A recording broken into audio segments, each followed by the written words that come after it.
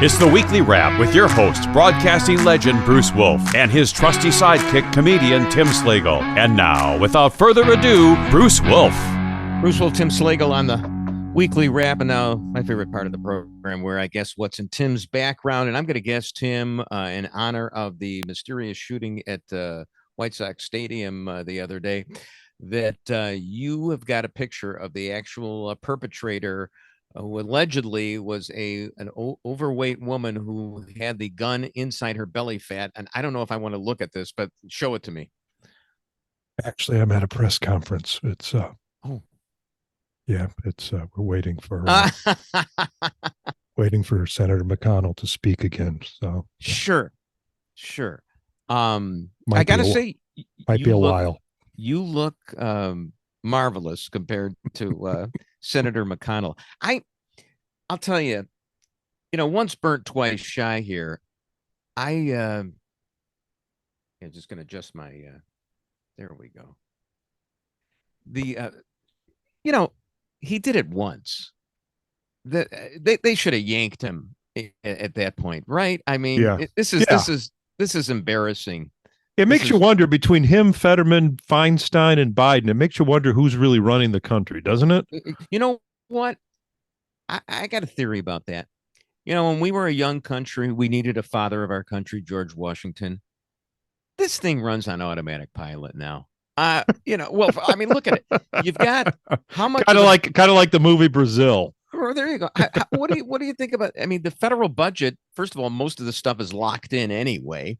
We always got some guy wants to pinch a few pennies here and there, but it's all discretionary spending. And, so really, I mean, there isn't that much to do. And that's good, because we're beyond that. So it's fine in their dotage to have these people wandering around. Somebody tweeted, I think it was Iowa Hawk, which, I was really, it's amazing. People are losing all their sense of good taste, and it's putting us out of business too.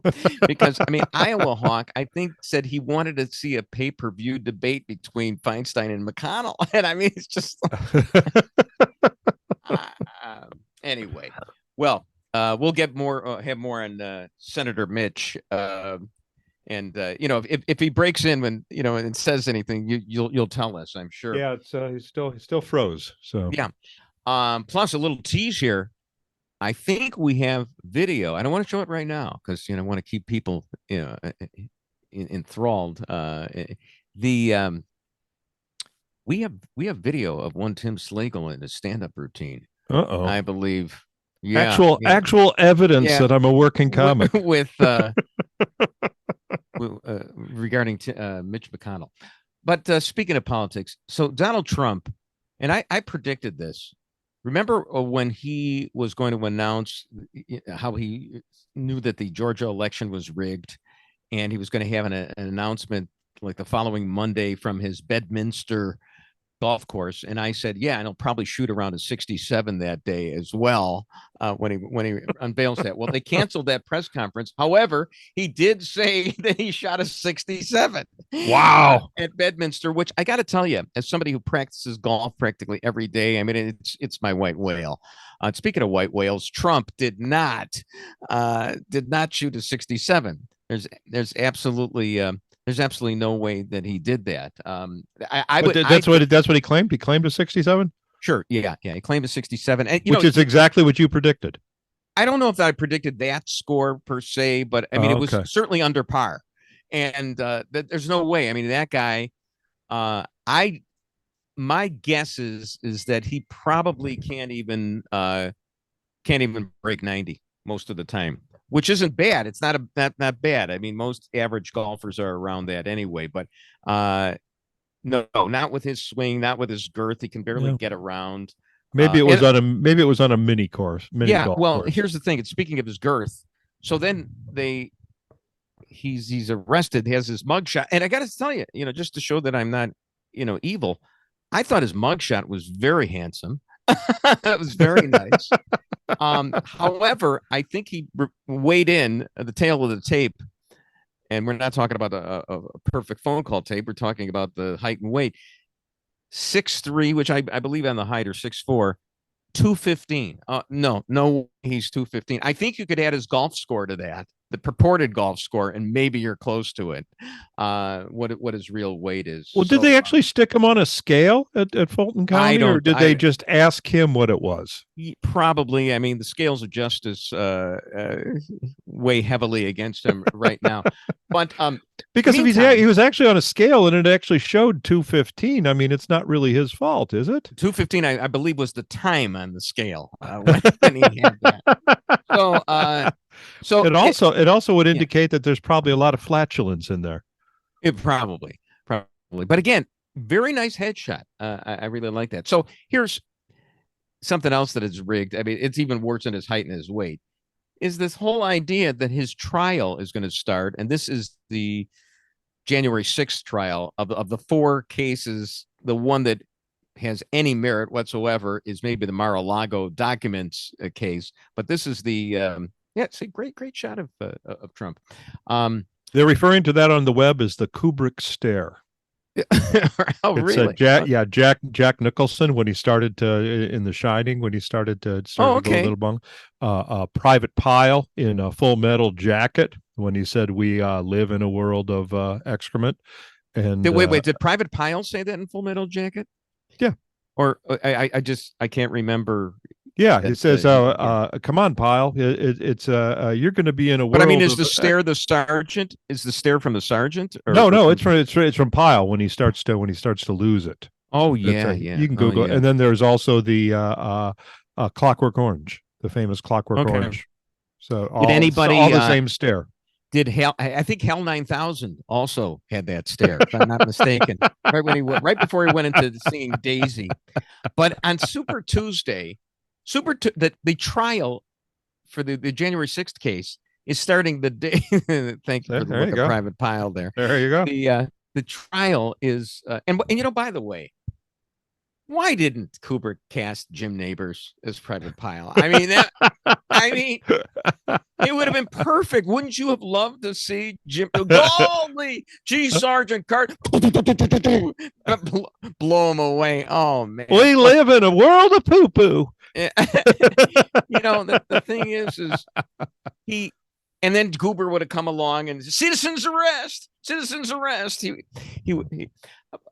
The problem is they would have had to end the movie right there. Never would have cut to Nancy Sinatra singing "These Boots Are Made for Walking" in Vietnam. It's just that everybody would have walked out of the theater after Gomer Pyle did that. So I understand the casting on that. But anyway, there's just the trial is going to be starting the day before Super Tuesday. So it's possible that Trump or the Trump will have wrapped up the nomination before he's convicted. And then you're going to have all these 14th Amendment challenges to whether he should be on the ballot or not. And various secretaries of state who already allegedly have screwed Trump over in 2020 will get a chance to do it again. Yeah, they won't have to rig the election. They won't have to rig the election this time around. Yeah, it's just, you can't do that. I mean, it's actually the Obama method of getting elected, isn't it? Is get your opponents off the slate. Alice Palmer, I believe, was the black woman who was guaranteed her seat, and then they decided finally to challenge her ballot petition and the signatures on it, got her knocked off. He gets that election. Then, of course, thanks to David Axelrod and the Tribune, and let's give credit to the puritanical instincts of the Republican Party. Jack Ryan gets knocked off for having sex with his wife, I believe, and what was the other guy? In front of people. Yeah, well, yeah, that's not right. Yeah, it's Jerry Ryan. Okay, yeah, Jerry Ryan, right. You're going to want witnesses. Okay, and otherwise your friends aren't going to believe it. Who was the Democratic nominee? Bruce guy, this billionaire or whatever. He got his divorce papers were shown. So that was the way Obama glided through. But so yeah, this is going to be one of the craziest. But again, it doesn't really matter who's the president or who's the Senate minority leader behind you. It doesn't really matter, right? Because we're mature. It's the deep state. Yeah, and I do have to say something about Trump though. So he does this interview with Tucker Carlson, and it's interesting. For a narcissist, he doesn't really have that great an ego, because if I knew what the Tucker Carlson believed, and it all came out in the libel case and the discovery and the memos and the texts, that Carlson thinks that Trump is awful. He's horrible. And and it came out, and then he does an interview with Tucker Carlson, which, by the way, at this count has over 1 trillion views right now. I mean, it's like interplanetary. But so, I mean, we've got to rethink this whole Trump ego thing. I mean, I understand that politics makes for strange bedfellows, but the guy flat out, and Trump is always very sensitive. He gets rid of people who don't flatter him. But here's a guy. By the way, I think McConnell's about to talk. I think he's ready to talk. I think you might. What do you think about that, Mr. Minority Leader? Hey, thanks for those 3 Supreme Court justices. As far as I'm concerned, you can be a living monument to yourself right now. We'll put you next to the Washington Monument. Take your pick, Mitch McConnell. I mean, as far as I'm concerned, he's got more than a life estate in this Senate seat. He can be there. We stand on the shoulders of giants. We've got a franchise the dead. G.K. Chesterton said. I say Mitch McConnell stays there. Over the eons, he may lose 2 or 3 of his chins. May get a little gaunt. He looks a little gaunt there right now. But now that we know what we know about Merrick Garland, what a favor he did. That's oh, totally, absolutely. Even if he didn't get any appointments, just getting rid of Merrick. Yeah, just stay there. Just stand there, and I hope you come back for the next few segments. Bruce Wolf, Tim Slagle on the Weekly Wrap.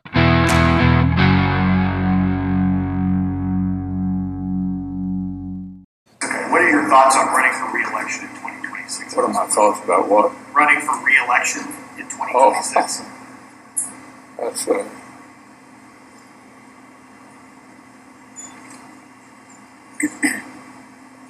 Did you hear the question, Senator? Running for re-election in 2026? All right, I'm sorry, you all. We're going to need a minute. Senator Penny. Bruce Wolf, Tim Slagle on the Weekly Wrap. And I believe Senator McConnell is going to speak any moment now. And, I know what it's like to freeze up like that. I did that in law school. I looked exactly like McConnell. Class called commercial paper. The professor, it was like a Kingsfield moment. He asked me 7 successive questions. I got them all wrong. Finally, he asked me a question. I'm so lost. And then he says, hey, it's yes or no, 50% chance you'll get it right. Then he said, somebody put a mirror under his nose to see if he's breathing. I actually thought it was all funny until after the class, and everybody said, boy, he really got you. But I got an A in the class. That's okay. I heard someone suggest that maybe it was the first time he tried edibles. Oh, okay. Well, I'm thinking it's 1, 2, 3 strokes, you're out in the old ball game, Senator McConnell. But anyway, without further ado, I mean, we do have our own Tim Slagle standing in front of McConnell, but Tim also in his other life is a stand-up comedian. And here's a clip from one of his most recent shows. okay. One last. Here we go. I'm gonna do a little impression for you. Okay, you guys like impression? Well, this is a little impression that I've been doing all week, and I think it's pretty.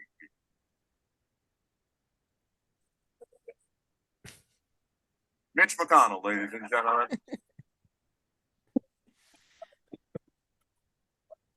Now, I got to tell you something, Tim. I want to tell you how to do your act, because I know it's all timing and you got it honed.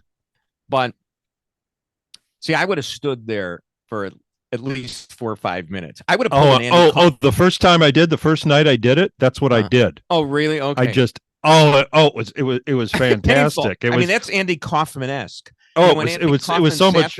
Yeah, it was so much fun because you get the first laugh. I got the first laugh, and then it was quiet for a second, and then the titters, and then people started laughing again. And then the problem was people guessed who I was doing. Oh, there you go. So I had to, that's why I cut it short. But I think I do have a tape of me doing it where it was. Okay. I think it was like a full 2 minutes I stood there. Well, I mean, and you're entitled to. Also, to get it on TikTok, it has to be under 30 seconds. So that's right. The other. So, yeah, just a little bit of advice here. Well, you did it anyway. You did the long version, but I mean that's like Victor Borga when he was at Carnegie Hall and he'd play a trill, and he said, I could just keep you people here forever and do that. Or Andy Kaufman, who did the same round over and over again until people walked out. And kudos to Michael Jordan. He sang 100 bottles of beer on the wall. And like by the time he got down to like 88, people are going, is he going to do all 100? Yeah, no. Yes, he did. It was a torture chamber, no question about it. All right, so good news for us. There's a new poll out. 77% of Americans, I forgot, where this poll came from, including lots of Democrats, say Biden is too old to be president of the United States. Yeah, this is a Josh Kraushaar tweet, and it's an AP NORC poll, so it's got to be true. 69% of Democrats. I mean, Biden is 80 years old, so that's good news. But Mick Jagger is not too old. Right. It's amazing that there's two sides of 80. Oh, it's, I mean, it's like flip a coin when you hit 80, huh? Yeah, no, we've talked about and seen the video of Mick Jagger dancing, and I think he's playing soccer at the same time. He's unbelievable. But just to balance that off, Karine Jean-Pierre, the spokesbeing, actually, I mean, had the temerity, the chutzpah. I mean, gosh, and they made fun of Ron Nessen or whoever. She said that Biden is busy all the time. He's constantly working on things. I mean, you know what? You could believe that she believes that because she's such a nincompoop. But I mean, nobody else believes that. I mean, it's absolutely ridiculous. 23 out of the past 30 days, he was on vacation. And but of course he's not as busy as he used to be, because when he used to be like in business with his son Hunter. Sure. there was not as busy as Clinton either. No, Clinton got busy. So he apparently, some entity, I forgot which one was bribing them at the time, paid like $142,000 for Hunter. It's a downstroke on a sports car, not even at the whole payment. Wow. Yeah.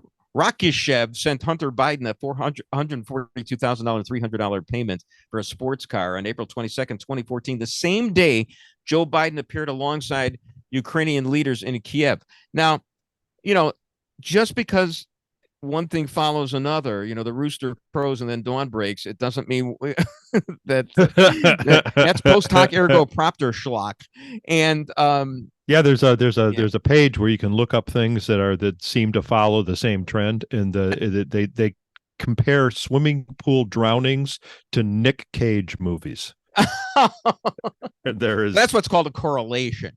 Yeah, exactly. A cause. Exactly. People don't kill themselves over Nick Cage.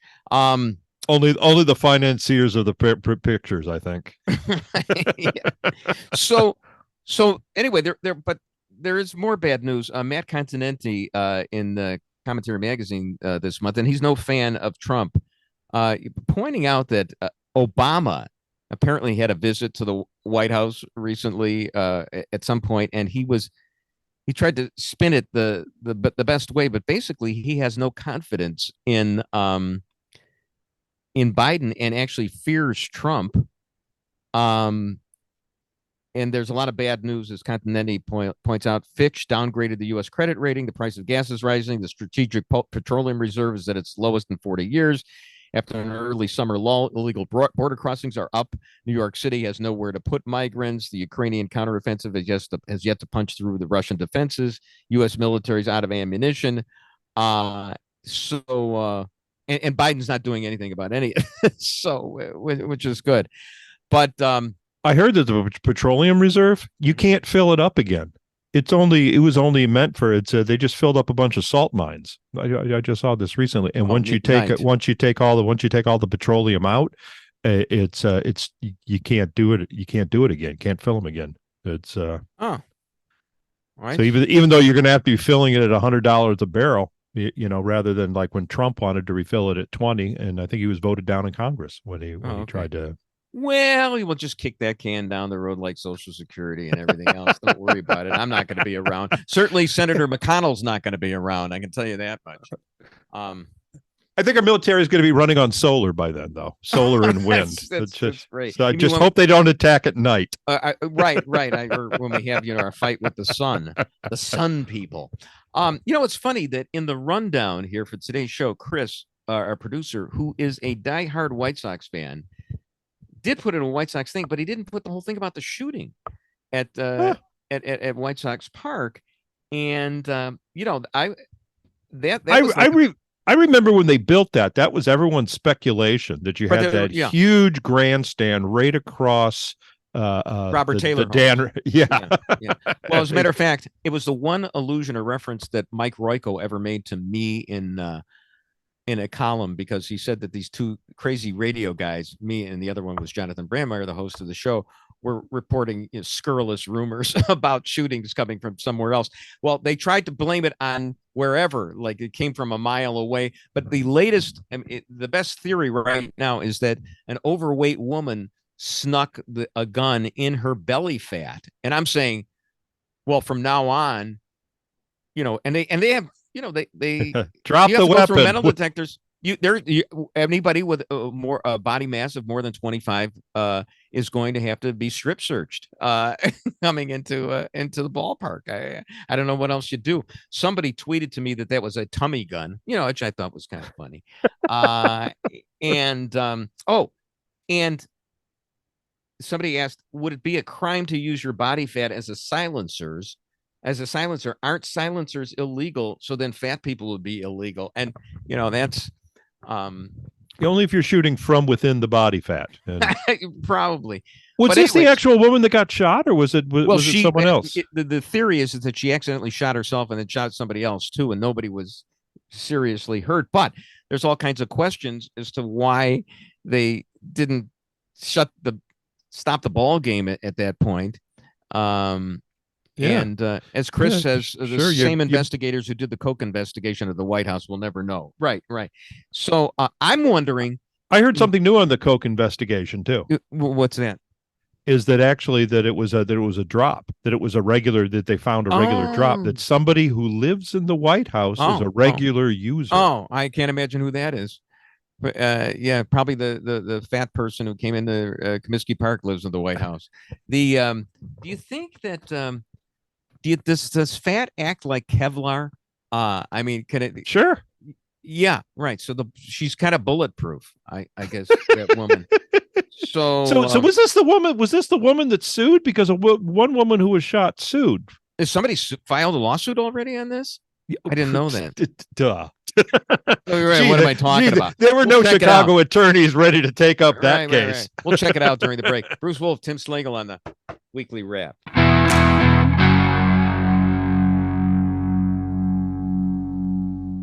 Your local Starbucks location has removed all of their customer seating, citing what the company calls safety concerns. KTLA's Alina Bobian live in Studio City with the story. Such a shame, Alina. Good morning. Jessica, good morning. That's right. When you think of a coffee shop, you think about going inside, getting a cup of coffee, and maybe sitting down and having a conversation in a cozy environment, but that's no longer the case here. Now, we don't know exactly what triggered this. Was it a specific incident or just a general issue with the homeless in the area? But it is the new policy. You can come in, you can grab a cup of coffee, you just can't sit down and you can't hang out. Wolf, Tim Slagle on the Weekly Wrap. So let me get this straight. Starbucks, it's a sensitive one. They let the bums in later. Have to go to the bathroom somewhere. They take away the table and chairs. Yeah, they take all that away. And I think Starbucks, the brass, has to have unconscious racism training. Remember, they shut the whole company down one day to have that years ago. I think this is conscious bias. It's not even unconscious. Well, they actually, if you remember, they got in trouble. They got sued by a white woman they fired because they admitted they fired her just because she was white. Yeah. So yeah, they're definitely racist. Right. But I don't know who they're racist against. But definitely racism plays a part. This is a classic NIMBY moment. Well, they don't want anybody in their places anymore. Well, the interesting thing, if you remember, when Starbucks opened, they were like the first fast food franchise to offer big, comfy chairs, and they would actually encourage you to settle in and just. And I've used it many times on the road. It's a great place to go and hang out and do some work without having to check into a hotel. I've loitered there myself. Usually, I dress like a hobo, so that they give me a warm welcome, and usually a free cup of hot water at the very least. So, yeah. You know the difference between a bum and a hobo? Did you know what this? is the difference? Yeah, a hobo works. Oh, really? Okay. Yeah, the idea of hobo is he's kind of like a migrant worker. Yeah, right. That's a hobo, whereas a bum just asks for money. Well, hobo's got that stick with his laundry on the back there, right? Unless he's practicing his golf swing. Yeah, that's what you tell the teacher if you send your kid to school on Halloween dressed as a bum. No, he's not a bum. He's a hobo. He's not homeless. He's just wandering. Yeah. So there's been a couple of travel advisories issued. One was by Canada and the other by the NAACP. The Canadian one was given to its citizens who identify as lesbian, gay, bisexual, transgender, queer, questioning, or intersex, otherwise known as 2SLGBTQI+, to apply particular caution when traveling to the United States, but not in response to any specific threat to their physical safety. But it's the vibe out there that we're kind of hostile until Bud Light sales rebound, I guess. And then there's this other one. The NAACP had issued this advisory for blacks going to Florida, and of course, the proof of the pudding was this racist murder that, of course, you can lay at the feet of Ron DeSantis. Now, I'm wondering. This is my real question. So Florida is in the United States. So Florida would be under the advisory from Canada as well as the NAACP advisory. So is that like double secret probation for Florida? I mean, they really got the double whammy there. But why Florida? I mean, if you count the amount of African Americans that have been murdered per year, I would say the most dangerous place for an African American is Chicago.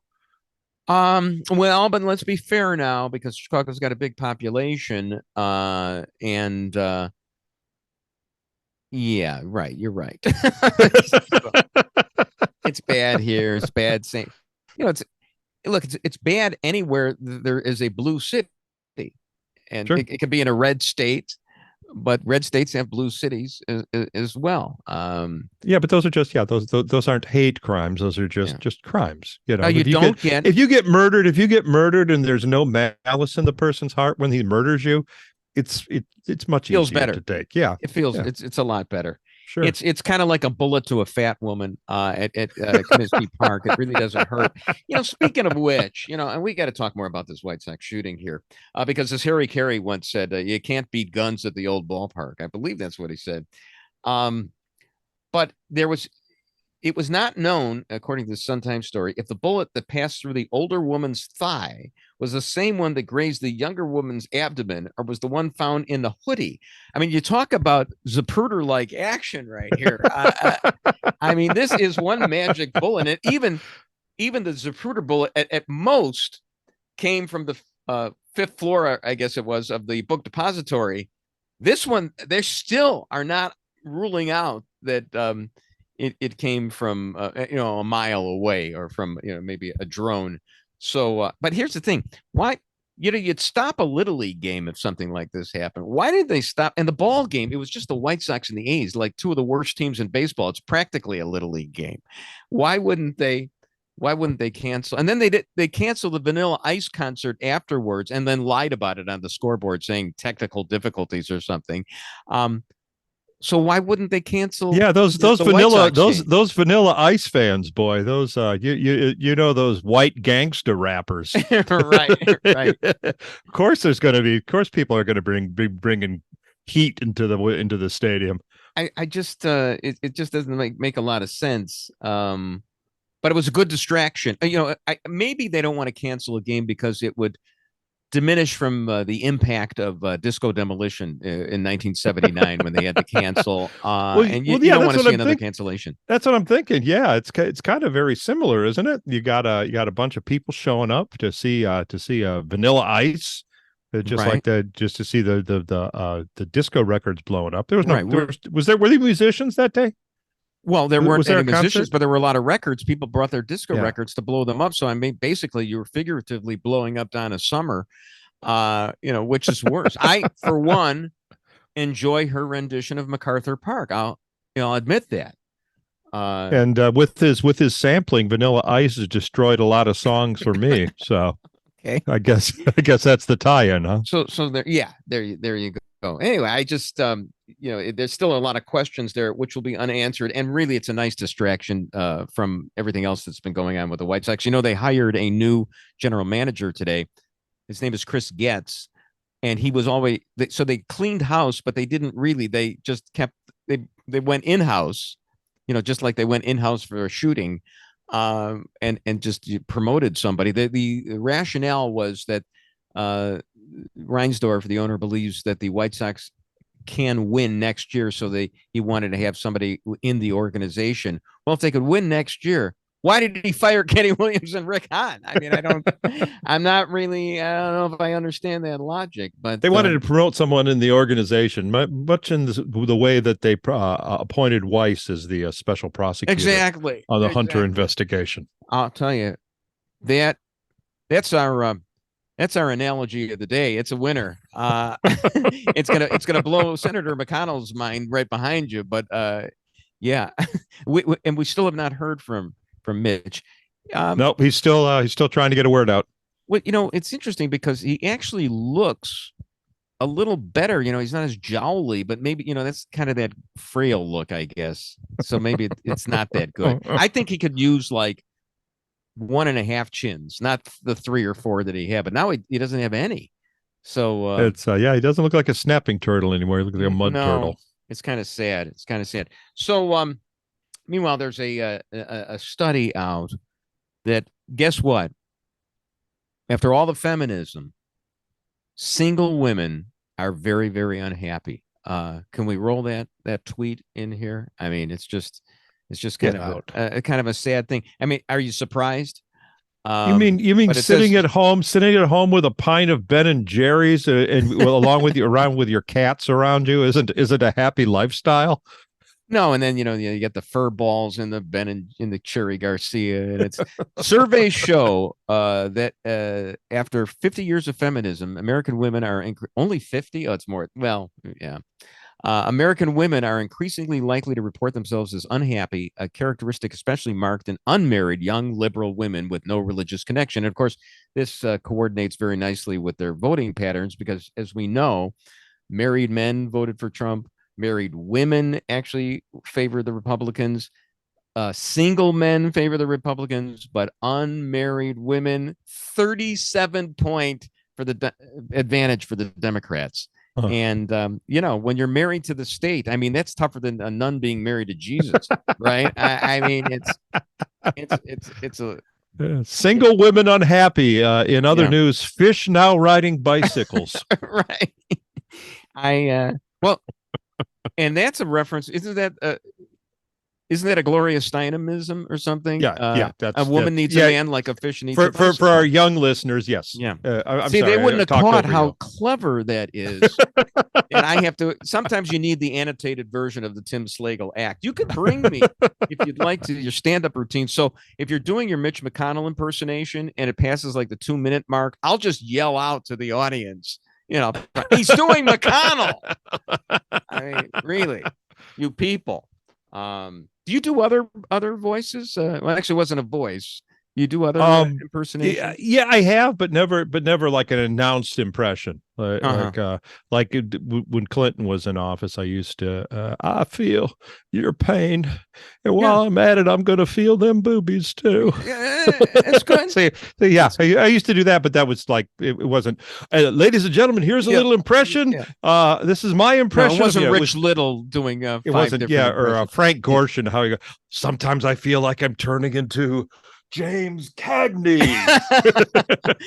Oh, don't get me started on Gorshin doing Burt Lancaster and Kirk Douglas arguing with each other. Come on. Was that the best? And then I thought Gorshin diminished himself by becoming the Riddler. I mean, this is the great Frank Gorshin. How does he? I know it was camp. I think all those Batman villains. I think they're all legendary now. I mean, it's fantastic. Cesar Romero is the Joker, and he wouldn't shave off his mustache for the role. I'm thinking of all the people who probably wanted to be villains in Batman, like Charlton Heston probably wanted to be, or so, and And not only that, not only the villains, and there also was the cameos when they would be crawling up they'd be crawling up the villain or the side of the building, side of the building, yeah. And all of a sudden, Jerry Lewis would pop out of a window and goes, "Hey, you guys, it's the Cape Crusaders." There we go. You could do the telethon this weekend. That's great. Can you sing "You'll Never Walk Alone"? Just to take us out of this segment. All right, Bruce Wolf, Tim Slagle on the weekly wrap.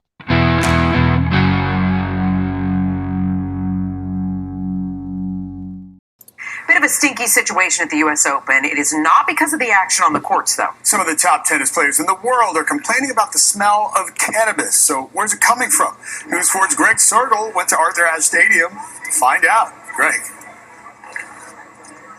Well, David, less of a mystery here and more, I guess, of just what's the new normal at this big New York event where smells can be a big part of the fan experience here. Bruce Wolf, Tim Slagle on the weekly wrap. Yeah, pot is ubiquitous in New York.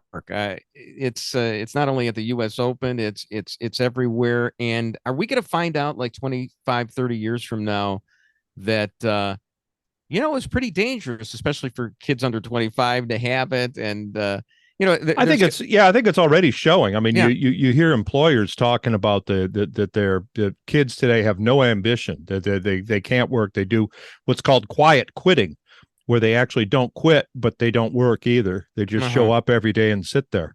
And I blame pot legalization. I think it's interesting. No study to prove it. I mean, that's just my old man darn kids rant for the day. Right. But it's get off my grass, not get off my lawn, buddy. Yeah. I can smell it. Did you ever smell it driving? Like you'll be behind a car and you can it just starts coming through and it's like, did I hit a skunk? It's like, oh no, I'm behind a hippie. But yeah, I mean, but that's supposedly what it's like all over New York right now, and the other places too. And it's like, oh, okay. Michigan was one of the first places, I think, outside California that legalized it, and I just remember it was just everywhere. Go to the grocery store, Of course, it was the people like down the Cheetos aisle. You'd be behind. Totally understand that. Oh, these look great. No, everything does. Everything does right now, kids. Yeah, sure. So apparently the Discovery Channel is going to have CNN news alerts on it. Let's see, here's the thing. First off, everything I watch has subtitles on it now. So if they're going to put something in a crawl which has a news alert, what is it? Is going to go over the subtitles of the thing that I'm watching, or are they going to break in? I'm not sure exactly what they're going to do. But don't people watch these other channels to get away from the news? If you want the news, you got it. As a matter of fact, you can even check on your phone for the news while you're watching the Discovery Channel. I don't know what you watch the Discovery Channel for now. I know originally it was supposed to be like a science channel. It was supposed to be all science documentaries. I don't know what they're showing now. Well, that's probably a sign that they're, a death rattle for them. Oh, now we're gonna rely on CNN, which nobody watches, to supply us with headlines here. Yeah, it's gonna be a great synergy between Mitch McConnell and Dianne Feinstein. Right. Going to steal some of their 10,000 viewers. Right. So there is a new version of "We Didn't Start the Fire." It's out from something called Fallout Boy. I got to admit, I'm a little bit behind the times. I haven't even listened to the Oliver Anthony song yet, but all I can say is, and I've heard, people don't like this version of "We Didn't Start the Fire," the Billy Joel song. If the song doesn't rhyme Vince Foster suicide with "Children of Thalidomide," I don't want to hear any more of it. When Billy Joel, we got to have Bruce Wolf's "We Didn't Start the Fire." Well, here's the thing, Billy Joel, when he yells "Children of the Thalidomide" in that, you have to have a heart of stone, part of my Oscar Wilde, not to start laughing hysterically at that. Oh, come on, Billy. Children of Thalidomide. I forgot what he rhymed it with too. I don't know. Iron oxide or something. I'm a little rusty, and I don't remember. So, but I assume you've. And Chris thought this was going to be a Bruce parody song about Maui. Okay. We could do a poetry slam right now. Maui had an owie, let's see. Okay. Or space lasers. So, getting back, of course, to that shooting at Comiskey Park, which is our top story, other than Mitch McConnell today. No, there actually was a Tribune column by a guy, and the Tribune's so woke now. He recommended that Barack Obama become the owner of the White Sox. The White Sox sell because they don't know how to run a team. And Barack Obama, especially and he said this without joking, with his success with the economy, which I thought was the greatest laugh line there, should become the next owner of the White Sox. He knows how to run things. Well, first of all, as far as he might know how to run, he certainly doesn't know how to throw. Well, yeah. And he did not mention at all that he threw out a first pitch once in mom jeans and didn't know how to throw at all. He called whatever it's called, guaranteed rate. At the time it was cellular, U.S. Cellular, or commonly referred to as Comiskey Park. He called it Kaminsky Field. I mean, this is a guy who loves sports and should be the owner of the White Sox, and the Tribune runs this crap. I mean, I couldn't believe. Well. First of all, I think a true South Sider always puts an N in Comiskey. I always did, and I'm not even a South Sider, but it was my homage to the South Sider, Kaminsky. Sure. Yeah. And he got laughed at a lot. They said for doing that, but people outside Chicago don't realize that you're supposed to put an N that doesn't belong there. No, there's nothing wrong with the Kaminsky. It was calling it Field, and it's Comiskey Park, not Comiskey Field. That's where. And it's Soldiers. It's Soldiers Field. Of course, it's Soldiers Field. And also this is something that you really got to be. It's kind of esoteric. It's not Wrigley. Okay. Dallas Green, that interloper who came in the early 80s, started calling it Wrigley. It's Wrigley Field. It was not Wrigley, but now everybody, Dallas Green, he wins a division title. They lost to San Diego in the playoffs. I don't know what the big deal is, but he changed it to Wrigley. It's Wrigley Field. Do you know what I learned about? You know what I learned probably less than a year ago, and it should have been obvious, but I never really thought about it. Wrigley Gum pays naming rights for that. Oh, I did not know they were paying naming rights. Yeah, that's what I mean. They kind of keep it secret. That's funny. It's just a Chicago tradition that we call it Wrigley Field. No, Ricketts family came to the gum company and said, "So you still want your name?" Hey buddies, you still want it? So what were they going to threaten to call it? Anything but Wrigley Field. Anything anybody wanted. Anybody, it could have been Illuminati's Field. Speaking of parodies, just to satisfy Chris, when I was in 8th grade, I wrote a parody of the Charge of the Light Brigade. Okay, about the Cubs, and I started out National League downward. I forget the rest of it, but part of it was I said the Doublemint twins could have pitched as well as Paul and Rick Rochelle, so who were brothers on the team. So. Yes. Do you remember the Doublemint twins? And it rhymed. Yeah. Yes, I do. Yes. And they were actually twins because they didn't look exactly alike. And then like a guy. Now they would have just used CGI and hired one girl. But or both of them would be AI right now. Twins are totally out of business right now. Think of all the twins kids because of child labor laws who you're on these TV shows like I forgot, were the Olsen twins played by one person? I can't remember. No, they played one person, and they didn't even look. They didn't even look alike. Right. They didn't even try. Well, Tabitha Stevens on Bewitched. Okay, was played by twins.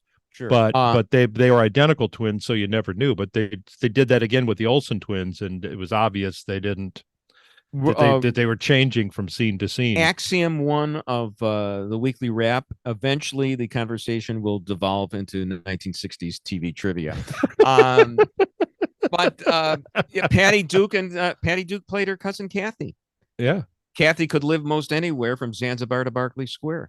But Patty likes to rock and roll. A hot dog makes her lose control. What a crazy pair, but their cousin. So anyway, yeah. So, and Ray Long, this Tribune reporter, there's some merit to Ray Long. He's a political reporter, but on Twitter now, you give away the store. He tweeted, I don't know if you have this tweet, but he tweeted a laudatory tweet about this column that endorsed Barack Obama for owner of the White Sox.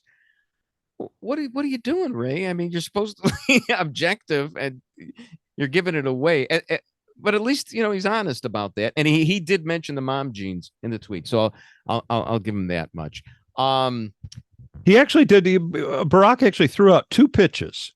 The first one was so bad that the second one, you could tell that he hired someone to try to teach him how to throw.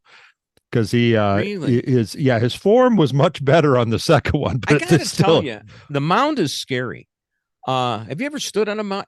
I got vertigo standing on the mound. It's really high up, and this is after they lowered it. Because in '68, Bob Gibson had a 1.12 ERA, and Denny McLain won 31 games, and so they had to lower the mound because the pitchers had too much of an advantage. But even with a higher mound in the last several decades, it's even with the lower mound, I mean, it's still pretty high up.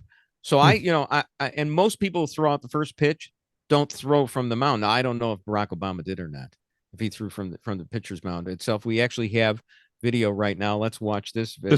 This is the first one. The first one at a Washington Nationals game. He's not wearing the mom jeans. We'll do a little radio play-by-play here. And he's up on the mound. He's standing on the mound, and he puts the cap there's a Sox cap. Puts on his Sox cap so everyone knows. Yeah. At Washington Nationals Stadium, RFK, or no, whatever they call it now. And he's left-handed. Okay, here's Barack Obama looking in, and here's the windup. Getting the signal from the catcher. And the ceremonial first pitch coming up here, and it is. Oh man, it was way high and inside, and it looked like he shot putted it. Okay, yeah, and he's still smiling. The point I think for a politician is to smile about that.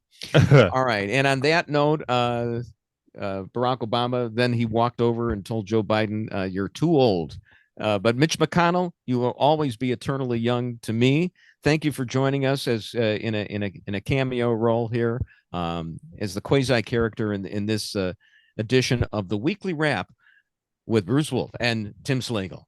And that's the Weekly Wrap on radio and television. Follow Bruce at Bruce Wolf Shy on Twitter and Tim at timslagle.com. The Weekly Wrap with Bruce Wolf, a CP Pods production.